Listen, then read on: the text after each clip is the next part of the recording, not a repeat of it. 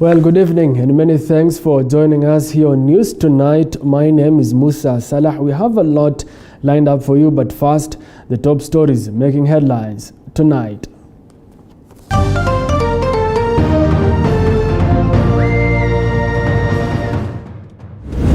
Tonight, Tanzanian President John Pombe Magufuli dies from heart complications weeks after he went missing from the public.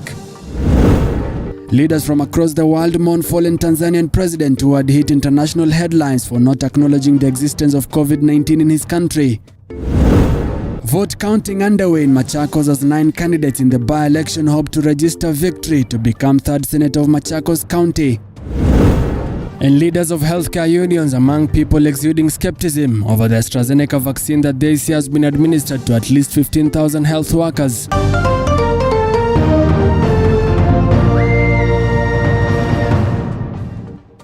Welcome to the broadcast. Minnie Mbesa is our sign language interpreter. News Tonight begins right now. Tanzanian President John Pombe Magufuli is dead. Magufuli died on Wednesday at a Dar es Salaam hospital following heart complications. Announcing the death, Vice President Samia Suluhu said the country will go into a 14-day mourning period. The Tanzanian flag expected to fly half-mast. But even as Vice President Suluhu is expected to take over the mantle, becoming the first woman president in East Africa, the last few days of President Magufuli was filled with confusion. Magufuli mysteriously disappearing from the public eye amid COVID-19 fears. In the dark night of Wednesday, Tanzanian Vice President Samia Suluhu took the stage, this time not to give a message of hope, but to announce the death of her boss, President Dr. John Pombe Magufuli.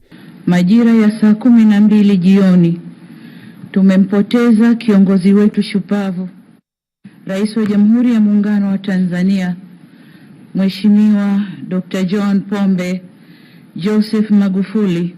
Magufuli was last seen in public on the 27th of February. His mysterious disappearance from the public eye became controversial and began what became a series of allegations that he had contracted the much-dreaded coronavirus disease. But according to Vice President Samia Suluhu, Magufuli succumbed to chronic atrial fibrillation, a heart condition that the president had for over 10 years. Alilazwa tarehe 6 Machi mwaka huu katika taasisi ya moyo ya Jakaya Kikwete kwa tatizo la mfumo wa umeme. Tatizo la moyo la mfumo wa umeme ambalo kitaalamu linajulikana kama chronic atrial fibrillation, ambalo analo kwa zaidi ya miaka 10. But opposition leader Tundu Lissu, who went into exile in Belgium when he survived an assassination attempt in September 2017, has rubbished the government's official cause of death, claiming that President Magufuli died on Wednesday last week. It is alleged that Magufuli was flown to Kenya after he had breathing difficulties and was later airlifted to India for further medical assistance. My information tells me that the president actually died on Wednesday of last week. When I wrote that tweet, what I meant to say was I'm just waiting for the official announcement, because my sources were telling me the man was already dead. Magufuli has on several occasions denied the existence of the virus, prohibiting precautionary measures against the virus, urging Tanzanians to use traditional remedies to treat the flu-like virus. Tanzania will now mourn Magufuli's death for the next 2 weeks, with President Kenyatta announcing a 7-day national mourning period in Kenya and the East African Community member states, in which the Kenyan and Tanzanian flags will fly at half-mast. Nchi yetu itakuwa katika kipindi cha maombolezo kwa siku 14 na bendera zitapepea nusu mlingoti. The Republic of Kenya will observe a 7-day period of national mourning, and also there is a symbol of our enduring respect for the fallen president, the flag of the East African Community and the flag of the Republic of Kenya shall be flown at half-mast. However, Lissu claims that President Magufuli's death offers Tanzania an opportunity to reverse Magufuli's dictatorial leadership. We Tanzanians have gone through hell these past 5 years. And as I said, I do not wish anyone dead, but seriously, the death of President Magufuli offers our country a badly needed break. Vice President Samia Suluhu is expected to take over the mantle, making history as the first female president in East Africa.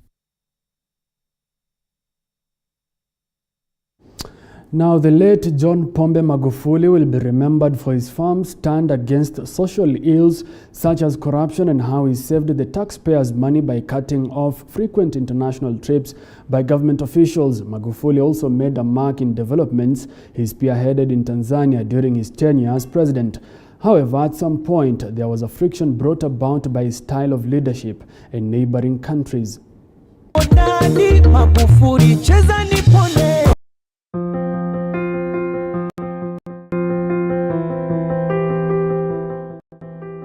They say the way to the heart is through the stomach. This month of love, Throwdown shares with you those amazing food ideas for that candlelit dinner and picnic date. Learn those dining etiquette and avoid those every Sunday at 6:30 p.m.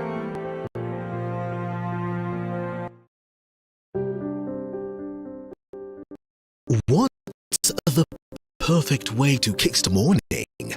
Having a healthy morning cafe is all you need. We will inform you on what's happening on the roads, dive deeper into the newspapers, alongside heated political debates. What I have to fight order. Yes. Order. Did you know that your greatest wealth is health? Then we start eating right, and that's what I do in my clinic. With some good Friday vibes.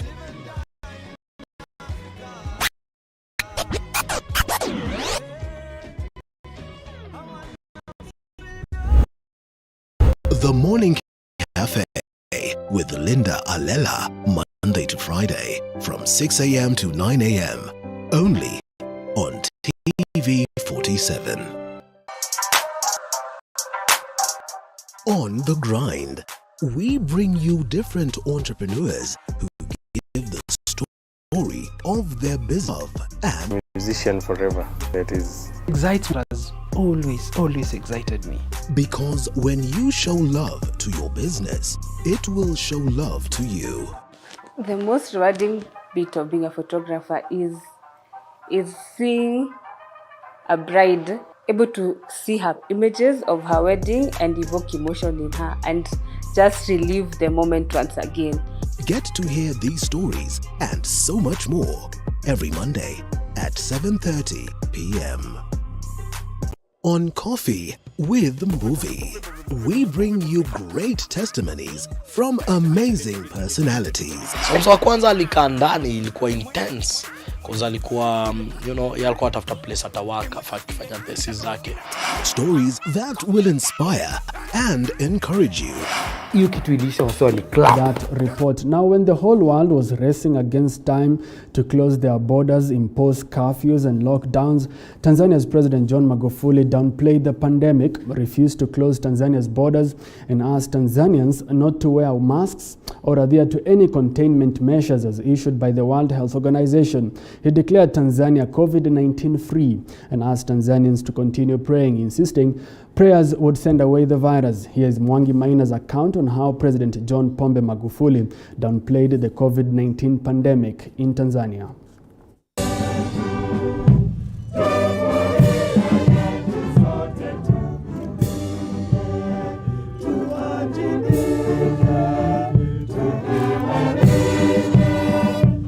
Once endeared to many Tanzanians, President John Pombe Magufuli was hailed for his no-nonsense approach towards the fight against corruption and impunity in Tanzania.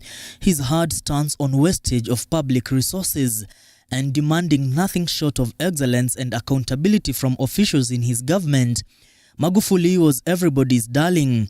Tanzanians nicknamed him Bulldozer, but not until the COVID-19 pandemic struck.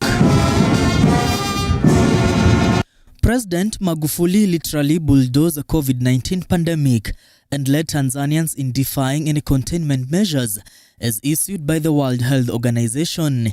Instead, the devoted Christian called Tanzanians to prayer and insisted God would take away the pandemic.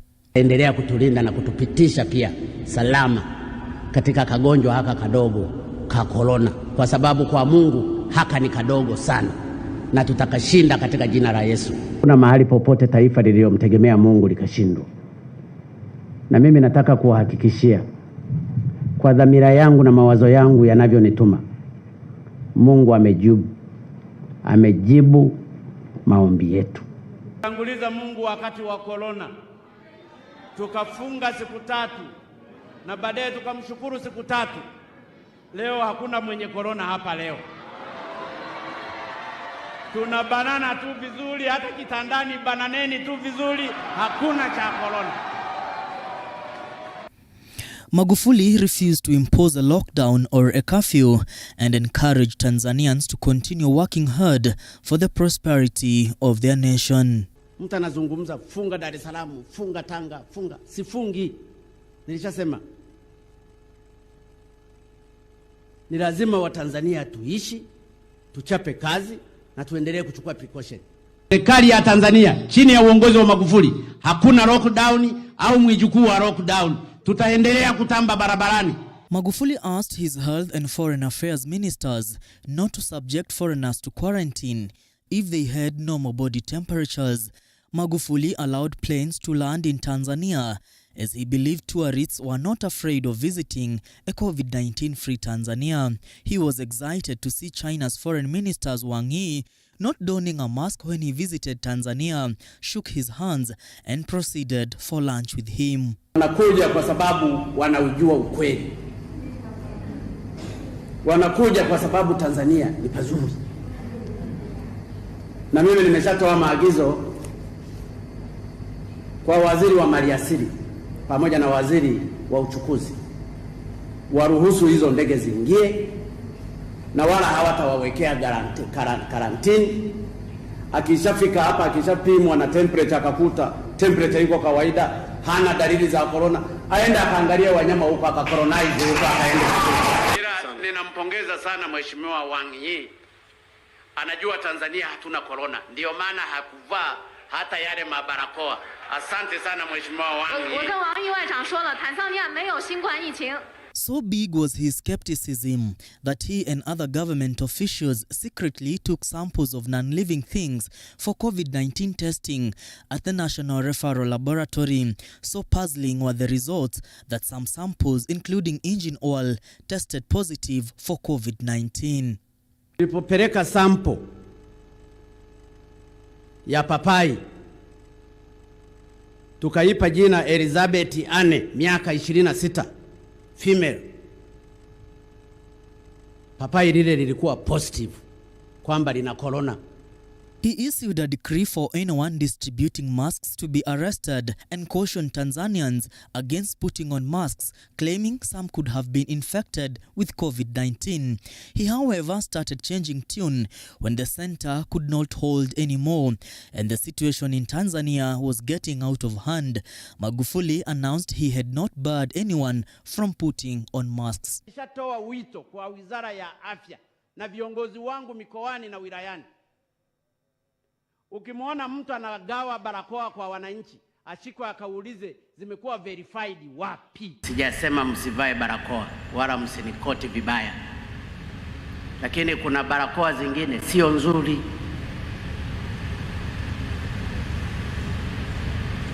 Nataka niwaambie huu ndio ukweli. Mtaletewa barakoa zingine ambazo ndizo zenye matatizo.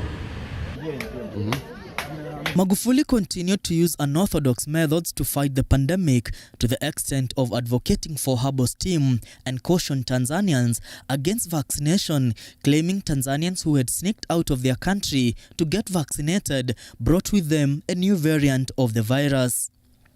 He confessed that his own son had contracted COVID-19 but was healed days later after taking herbal concoctions. Simameni imara. Chanjo hazifai. Siogope, siku moja tutakufa. Hata mimi nitakufa.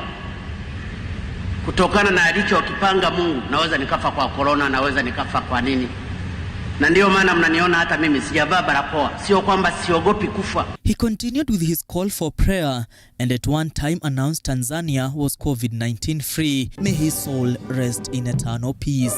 Mwangi Maina, TV 47, Nairobi.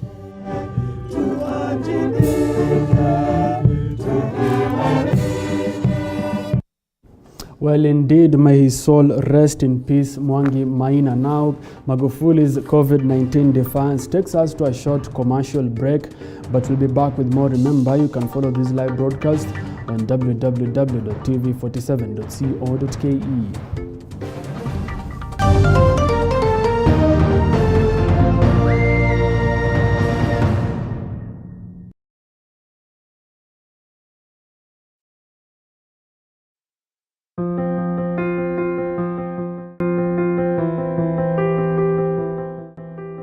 They say the way to the heart is through the stomach. This month of love, Throwdown shares with you those amazing food ideas for that candlelit dinner and picnic date. Learn those dining etiquette and avoid those embarrassing moments every Sunday at 6:30 p.m.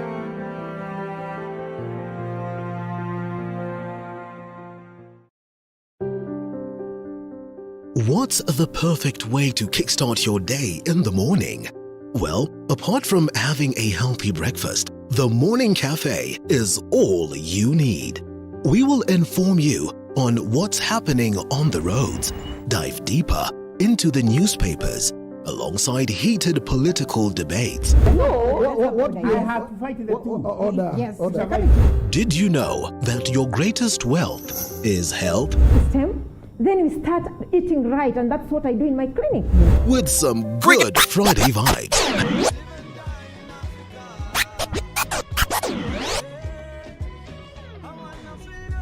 The Morning Cafe with Linda Alela, Monday to Friday, from 6 a.m. to 9 a.m. Only on TV 47.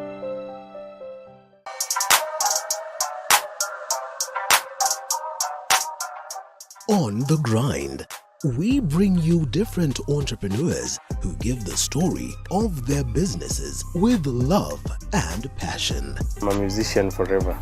This is something that is inborn. It excites me each day. It's a field that has always excited me.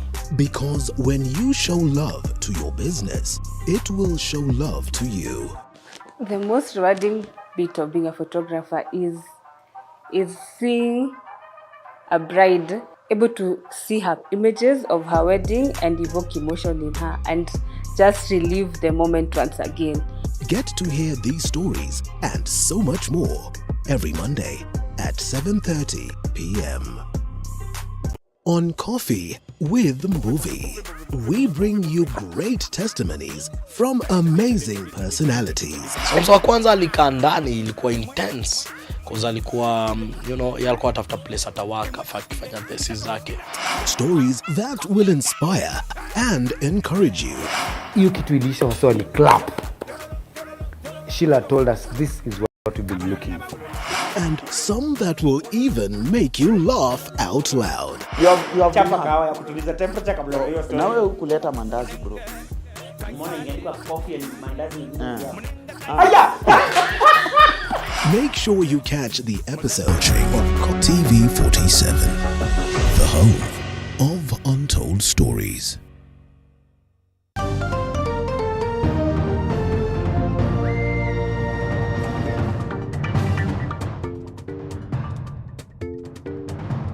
Welcome back. You are watching News Tonight here on TV 47. Before we continue with Magufuli's stories, vote counting is underway in Machakos County to determine the third senator for the county following the death of Senator Boniface Kabaka late last year in December. And of course, those are live pictures you are seeing on your screens. Vote counting underway in Machakos County senatorial by-elections. The by-election has been hotly contested, but will be our reporter Joash Onsare is on that story, but we'll be joining Joash Onsare in just a moment. But first, let's continue with Magufuli stories. Now, regional and global leaders today took to the mainstream and social media to eulogize the departed Tanzanian President John Pombe Magufuli. A number of leaders eulogized President Magufuli as a dedicated, hardworking leader who served his people well, setting the pace for other African leaders to emulate.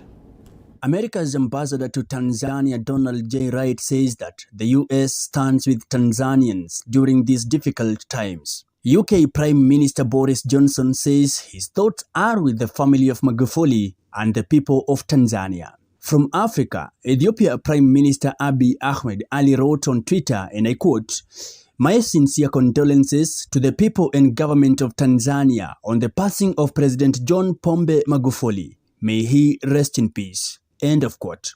South Africa President Cyril Ramaphosa says that his country is united in grief with the government and people of Tanzania as they go through this difficult moment. Regionally, Ugandan President Yoweri Museveni termed President Magufuli as a pragmatic leader who believed in and worked for the economic empowerment of East Africans.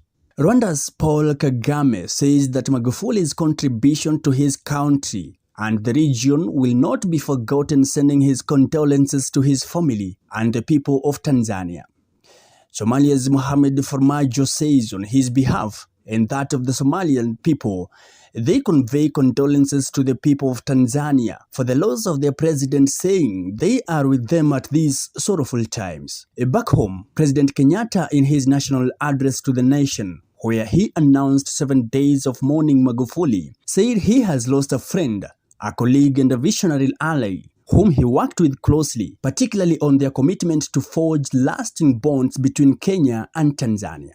Deputy President William Ruto eulogized Magufuli as a unique leader who came from humble beginnings, rising steadily in the ranks of public service through diligence, consistency, and commitment.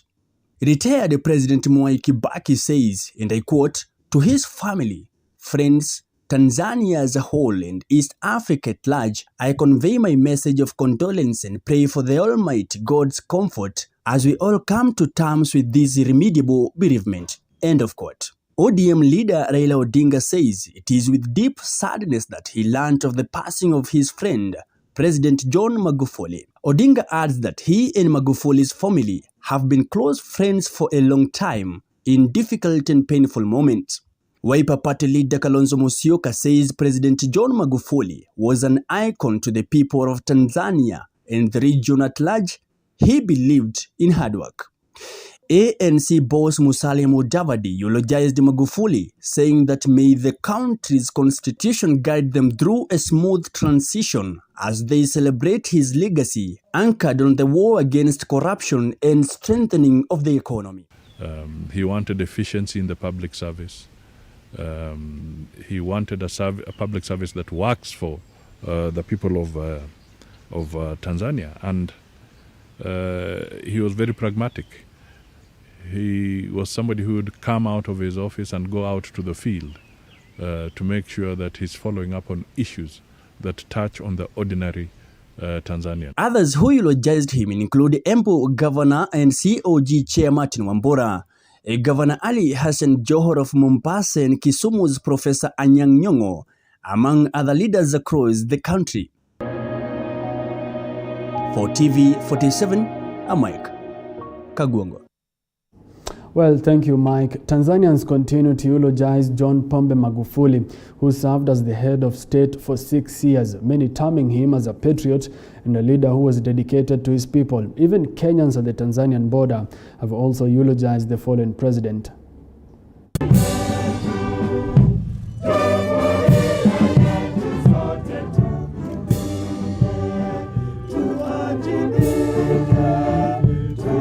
death of Tanzanian President John Pombe Magufuli came as a shock to many both in Tanzania and outside the East African country.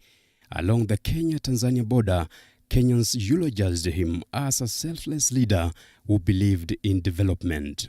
Watu wamestuka sana upande wa Kenya na wa Tanzania kwa sababu tunakumbuka ya kwamba huyu mzee Magufuli alikuwa ni mtu wa maendeleo, alikuwa anasema kusema kasi, ingalao sinde ilikuwa ya kwamba kule kwao kulikuwa hakuna nini kusikilia hii mambo ya corona sana, lakini alikuwa msapa kasi sana. Alijaribu kupigana na ufisadi na kujaribu kuimarisha utendakaji wa wafanyakazi wa serikali, vile vile kuhudumisha miundo msingi katika nchi ya Tanzania.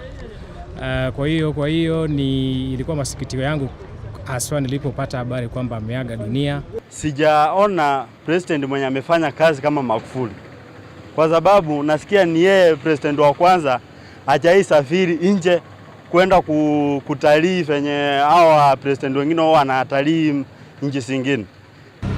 Nchi ya Tanzania kwa vile wamepoteza their president, mtu mwenye alikuwa anapigania uchumi ya nchi yao. Diplomatic relations between the two countries have been shaky. Last year, Magufuli threatened to lock out Kenyan drivers getting into Tanzania, but the standoff was resolved following the intervention. Niliheshimu majirani zangu, tumezungukwa na nchi karibu 8. Ukizifungia maana yake umezinyima uchumi wao. Kuna baadhi ya nchi chakula zinategemea vyakula vya Tanzania. Mahindi, mchele. Mimi namuona kama rafiki na pia nilikuwa namuona kama kiongozi ambaye ni wa kuigwa na wengi. Ukiangalia utendakazi wake na ukiangalia unavyotenda kazi wewe, lazima utakuwa na swali la kujiuliza, je, ninavyotenda kazi ina sifa kama zile yule bwana anavyozifanya, ama mwananchi anaipokea hiyo namna gani? Kweli Watanzania wamepoteza, wananchi wa Kenya wamepoteza, na jamii nzima ya Afrika imepoteza kiongozi ambaye sidhani kama patatokea mwingine wa kufanana naye. Na familia hasa ya Rais Pombe Magufuli ambaye ni kiongozi wa Afrika alionyesha uongozi weledi, ambao anashughulika sana na mwananchi wa chini wa kawaida, hasa katika maamuzi aliyokuwa anafanya katika baraza zake, hata kongamano zake na raia. Nilimwona Magufuli akiwa kiongozi aliyojali hasa Mtanzania wa chini, yule aliyekuwa chini ya shinikizo la viongozi wagandamizaji na wafisadi, akiwashika mkono na kuwatoa na kupata haki zao. And as Samia Suluhu takes over the country's leadership, Tanzanians hope that she will steer the country to the right direction. Tanzania becomes the first East African country to have a female president. This is after Samia Suluhu Hassan assumed the office of president following the death of President John Pombe Magufuli.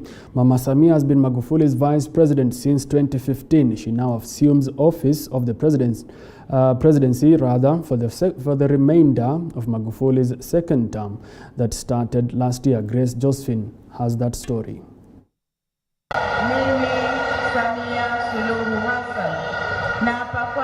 As a young girl, Samia Suluhu Hassan enjoyed playing with numbers. She was born in Unguja, commonly known as Zanzibar Island, on the 27th of January in 1960.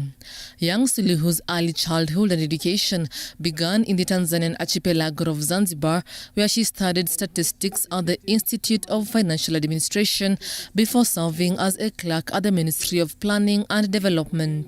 District in Rwanda. In 1986, Suluhu joined Mzumbe University for advanced studies in public administration before joining the Institute of Management for Leaders in India for a course in management. She also attended the University of Manchester for her postgraduate diploma in economics, and in 2005, she did her master's degree in community economic development. The 60-year-old was first elected as a member of the Zanzibar House of Representatives for a special seat in 2000 and was appointed minister by then-President Amani Abeid Karume of Zanzibar. She was the only high-ranking woman minister in that cabinet. Samia was then elected as the Makunduchi constituency member of parliament in a landslide win in 2010, marking her entry into national electoral politics. In 2014, former Tanzanian President Jakaya Kikwete appointed her Minister of State for Union Matters for the office of the Vice President. In the same year, she was elected the Vice Chairperson for the Constitutional Assembly, the body tasked with drafting the country's constitution. In July 2015, Tanzania's dominant party, Chama cha Mapinduzi or CCM, presidential nominee Pombe Magufuli chose her as his running mate ahead of the country's general elections. The Magufuli Suluhu ticket won the 2015 general elections, making her the first female vice president. Tanzania's fourth constitution, which was endorsed in 1977, directs that the second in command, that is the vice president, in this case Suluhu Hassan, should take over the presidency with immediate effect. Grace Josephine, reporting for TV47, Tanzania. Well, it's time to take another short commercial break, but first, coming up in a few moments. Also coming up, we shall tell you why members of parliament are threatening to sabotage the budget-making process over delayed CDF cash.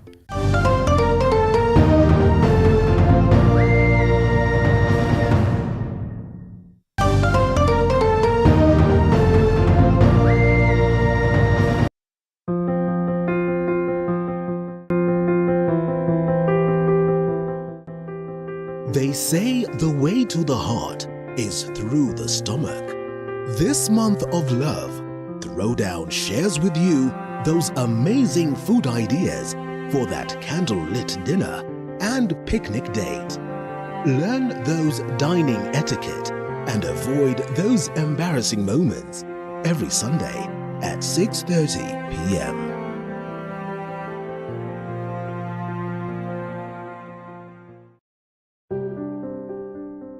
What's the perfect way to kickstart your day in the morning? Well, apart from having a healthy breakfast, the Morning Cafe is all you need. We will inform you on what's happening on the roads, dive deeper into the newspapers, alongside heated political debates. What I have to fight the order. Yes. Order. Did you know that your greatest wealth is health? Then we start eating right, and that's what I do in my clinic. With some good Friday vibes.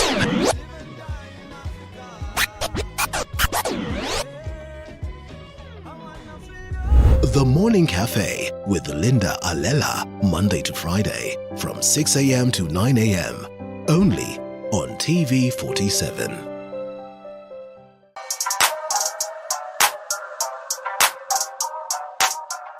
On the grind, we bring you different entrepreneurs who give the story of their businesses with love and passion. I'm a musician forever. This is something that is inborn. It excites me each day. It's a field that has always excited me. Because when you show love to your business, it will show love to you. The most rewarding bit of being a photographer is seeing a bride able to see her images of her wedding and evoke emotion in her and just relive the moment once again. Get to hear these stories and so much more every Monday at 7:30 p.m. On Coffee with Movie, we bring you great testimonies from amazing personalities. So wa kwanza alikaa ndani, ilikuwa intense cause alikuwa alikuwa atafuta place atawaka akifanya thesis zake. Stories that will inspire and encourage you. Hiyo kitu ilisha waswa ni clap. Sheila told us this is what we've been looking for. And some that will even make you laugh out loud. Chapa kawa ya kutuliza temperature kabla hiyo story. Na wewe hukuleta mandazi bro. Mbona ingeandikwa coffee and mandazi? Aya! Make sure you catch the episodes of Coffee with Movie every Sunday at 8 p.m.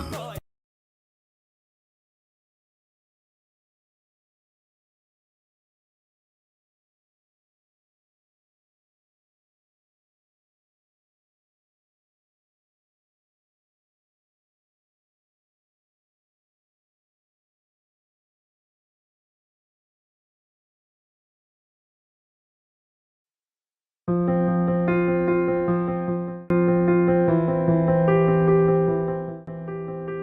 say the way to the heart is through the stomach. This month of love, Throwdown shares with you those amazing food ideas for that candlelit dinner and picnic date. Learn those dining etiquette and avoid those embarrassing moments every Sunday at 6:30 p.m.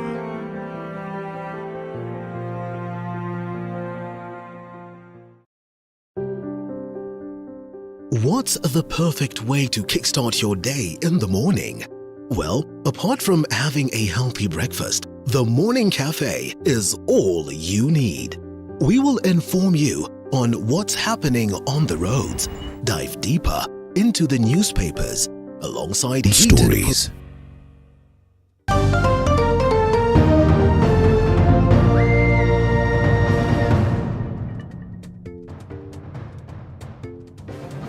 Welcome back. You are watching News Tonight here on TV47. Now, vote counting is underway in the Machakos senatorial by-election after polling stations closed at 5 p.m. today.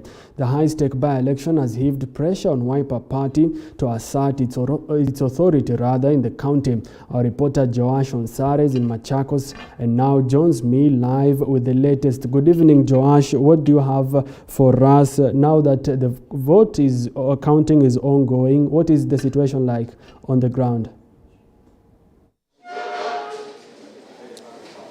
Thank you very much, Musa Sala. We are coming to you live from Machakos County, and we are at Machakos University, whereby we are following up the counting of the votes from various sub-counties. And for instance, we are in this particular Machakos constituency, whereby this is the biggest constituency, which has a total of 213 polling stations, and in this particular polling station we've got 110,003 voters who are registered, and the counting has started from this particular county, and the counting will continue to the other sub-counties, because Machakos County has got 8 constituencies. And here at Machakos University, while this exercise is on, the security officers, the agents of various aspirants, they are here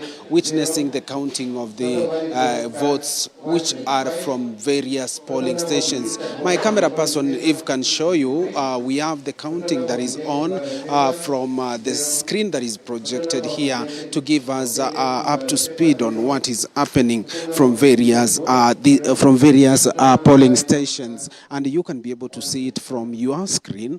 We have with the results, with the provisional results that we have here, Agnes Kavindu is leading with 76%, which is 1,630 votes which have been counted so far, followed by UDA aspirant, who is Mudama Abanas Ngengele, who has 16% of the votes which have been counted so far, with 347 votes. The third person is Kitheka Simeon Kioko, who has 115 votes so far, with 5% of the votes which have been counted so far. So that is just the numbers, and also we've got those other aspirants from other parties who are also there. We've got Lily Ndoko, who has 10 votes. We have Musingi John Kioko with 5 votes. We followed by Ndenge Otto Edward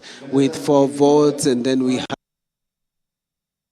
Mudama Sebastian with 3 votes. So those are just some of the votes that we have here, and those are the provisional votes from this particular sub-county polling station. So these results will be coming to you as we continue witnessing this exercise, so that this county is going to get the 3rd senator, this after the demise of Boniface Mutinda Kabaka, who passed on December last year. So So Musa Sala, we are keeping a close eye on this counting exercise, and we will bring our viewer up to speed on what is happening from Machakos County. Back to you, Musa Sala. Thank you so much, Joash Onsare, for that quick update. Joash Onsare is in Machakos County, keeping up to tabs with what the vote counting in Machakos senatorial by-election. So far, Agnes Kavindu is leading with 1,630 votes, followed by Abanas Ngengele with 347 votes. Will definitely keep you up to speed with what will be transpiring from those polling stations once the results start trickling in. Now, moving on, a post-mortem examination on the body of murdered Deputy Communications Director at the National Lands Commission, Jennifer Wambua, has revealed that Jennifer was strangled by her attacker or attackers using bare hands. And as the Office of the Director of Public Prosecution calls for a speedy investigation into the death of Jennifer, the corruption case in which Jennifer was a key state witness was adjourned for the second time Thursday until April the 22nd. This is to pave way for the continuation of the probe into her killing and provide a window for the prosecution to reorganize the fraud case. David Mulwaka reports. A somber mood engulfed the Montezuma Mona Lisa funeral home along Gotv Way, Nairobi on Thursday as family and friends of slain Jennifer Wambua, the Deputy Communications Director at the National Lands Commission, gathered at the mortuary waiting for the conclusion of a post-mortem examination on the body of their late kin and friend respectively. Inside the mortuary, the autopsy that was being conducted by government pathologist Johansen Oduor was underway. Hours later, the report of the autopsy was relayed by Makueni legislator Dan Maanzo, who revealed that Jennifer had died as a result of strangulation using bare hands. Jennifer was strangled to death, strangulation. And obviously there were resistant injuries on the head and on the hands and on the legs. In the other side of the city at the Milimani Law Courts, a 122 million shillings corruption case in which Jennifer Wambua was a key state witness and was set to appear for a cross-examination by the defense on Wednesday was also underway.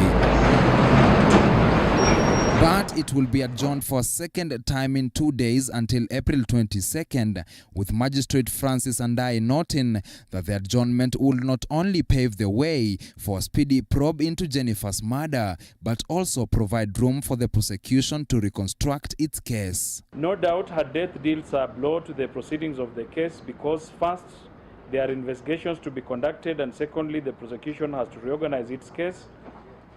However, both the task of investigations and the prosecution of the case are in very able hands, and I believe that the case will soon get back going. In the case, Lugari legislator Ayub Savula, his two wives Melody Gatwiri and Helen Kemboi, former ICT PS Sami Itemere, and 14 others are on the spot for conspiring to defraud the Ministry of Lands up to 122 million shillings through fictitious advertising services. DCI detectives investigating the murder are seeking to find a connection between Jennifer's death and the fraud case. The veteran journalist and mother of 3 went missing at about 10 a.m. last Friday, just a few hours after her husband Joseph Komu had dropped her at her Adhi House workplace. The following day, a herdsman in vet farm Ngong stumbled upon her body, which was then transferred to City Mortuary that Saturday. The body remained unclaimed until Monday, when Komu identified his late wife's body. In the past few days, DCI detectives have combed through Vet Farm, where the body was discovered on Saturday, as well as Jennifer's workplace, her last place to be seen alive. The detectives are also tracing Jennifer's footsteps, especially after she went missing on Friday morning, as well as who she last spoke to through her phone that was found dumped in her car's boot, alongside her packed lunch and handbag. The car was parked a few meters from Adhi House that Friday. David Mudhoka, TV 47, Nairobi. Thank you, David Mudoka, for that report. Now, the European Medicines Agency has given the AstraZeneca COVID-19 vaccine a clean bill of health, terming it as safe and effective. The agency says the vaccine is not linked to increased risk of blood clots. Meanwhile, at least 15,000 healthcare workers have been vaccinated in the country so far. Zainab Mohammed with the details. 2 weeks since the COVID-19 vaccination exercise began, controversy and hesitancy continues to surround it as a huge number of health workers are reported to have refused to take the jab due to fear of adverse effects after the vaccination. So far, only 15,000 health workers have been vaccinated. There is hesitancy. Only about 15,000 medics have been able to partake of the vaccine, which is a low number. And it's because of the fact that the sensitization was not done. According to top union officials, lack of involvement of health workers in the exercise from the onset plays a huge role in hesitancy among them. The officials even admitting to not taking the vaccine just yet, with a wait-and-see approach in mind. What I would like to say about myself taking the jab, I've not yet taken. The reason as to why I was also waiting is because I took a wait-and-see approach. I wanted to see whether actually these adverse effects we are getting from Europe are actually true and associated with the vaccine. And it's only after that preliminary result, and even the country is starting to resume the administration of AstraZeneca vaccine, that I now feel safe, that I can be able now to go and take the vaccine. They're now calling on the government to do proper sensitization among health workers in order to ensure the first phase of the exercise is successful. Ministry should, as a matter of priority, engage the leadership of the healthcare workers and also ensure that there is proper sensitization of healthcare workers, because you must make healthcare workers to be the ambassadors, and only then are you going to succeed with the community. Because if you have hesitancy in healthcare workers, I can assure you the community is not going to take the vaccine. Meanwhile, drama ensued at the Ministry of Health after eager Kenyans showed up for vaccination following Health CS Mutahi Kagwe's announcement that the ministry headquarters will be one of the vaccination centers. They were, however, turned away as the first phase only targets essential workers. The country has today recorded a total of 1,225 cases, 142 recoveries, and 17 COVID-19 related deaths, the highest number of deaths in the recent days. Zainab Mohammed, TV47. And Parliament has passed 83 billion shilling supplementary budget estimates 2020-21 amid a row of CDF monies. The lawmakers are however, yet to debate the revenue sharing bill 2021, as Elizabeth Mutuku now reports. Despite the ongoing standoff over the delay of the disbursement of National Government Constituency Development Fund (CDF), lawmakers have this evening passed 83 billion supplementary budget estimates 2021-2022. The move came after a standoff in the morning after they threatened to reject the 2020-2021 supplementary budget estimates over the delay. Speaker Justin Muturi was forced to suspend the sitting in the morning. Honourable members, we will suspend the sitting for 45 minutes. Will as many as of that opinion say aye? Aye. Will as many as the counter opinion say nay? Nay. The ayes have it. The lawmakers could not agree on the issue even after the 45 minutes break, with some already blaming the House leadership. When members ask for a kamkunji, call a kamkunji. Let members have an indication whether it is on Monday or whatever. I would actually suggest on Monday. But when you go with the mood of the membership at this level, it's going to collapse. Then people will start blaming members. But I would also argue, Honorable Speaker, that in difficult moments like this, use discretion under Standing Order number 1. We'll divide the money between the counties and the national government, Mr. Speaker. And if we don't do justice to it, Mr. Speaker, history will judge us very badly that we never took care of our people in the counties, Mr. Speaker. Mr. Speaker, so on Tuesday or whichever day you will appoint, We will come back here, and I can guarantee you, whichever way, that day we will vote on this bill, Mr. Speaker. The National Treasury says it has already released 6 billion shillings for the arrears, but members of parliament say projects have stalled in their constituencies. This, according to Treasury, means that so far 31 billion shillings have been released this year and a balance of 25 billion shillings. There are members here who between July 1st of last year, which is this financial year, up to Tuesday, who have received in excess of 100 million shillings. Yes, that's a fact. Mr. Speaker. Clearly, we have observed as members of parliament that the way members of parliament are being treated, the way disbursement of funds from Treasury, and the seriousness that it deserves, CDF is not being treated. So we said there will be no discussions so far. Parliament as another tool of dictating what they want to do. They are not serious with the parliament. But for this, the parliament has stood its ground. And we have said that the executive must respect the parliament. So this is not just about CDF, it also puts the finger on the pulse of the economy of the country to understand whether we're in a place to be making grand vanity plans while we cannot even sustain that which we already have in the books. So the question is Kenya living beyond its means?